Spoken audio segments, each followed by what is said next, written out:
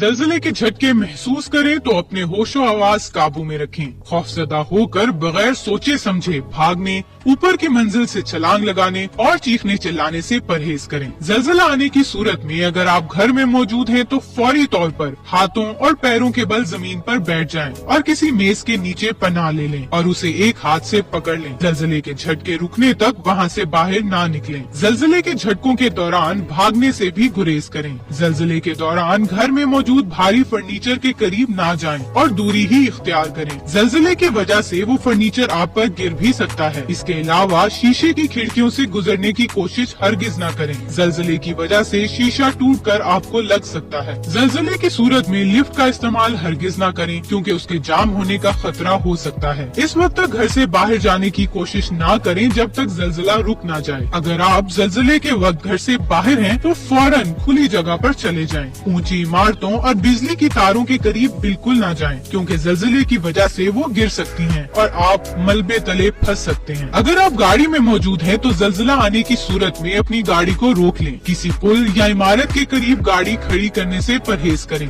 इस बात का ध्यान रहे कि पुल फ्लाईओवर के ऊपर या नीचे ना हो और नजदीक बिजली की तार, खंबे, टावर या इश्तिहारी होर्डिंग भी ना हो। इसके अलावा अगर आप किसी पहाड़ी इलाके में मौजूद हैं तो जलजले की सूरत में इस बात का ख्याल रखें कि लैंडस्लाइडिंग की वजह से कोई पत्थर आपकी जानिब ना गिर पड़े। एक बार जलजले के झटके खत्म हो जाएं तो बिल्कुल मुतमईन ना हो जाएं, बल्कि आफ्टर शॉक्स के लिए अलर्ट रहें। इसके अलावा जलजले के बाद माचिस या लाइटर जलाने की बिल्कुल कोशिश ना करें। हो सकता है कि जलजले की वजह से गैस लाइन को नुकसान पहुंचा हो और आप जैसे ही लाइटर जलाएं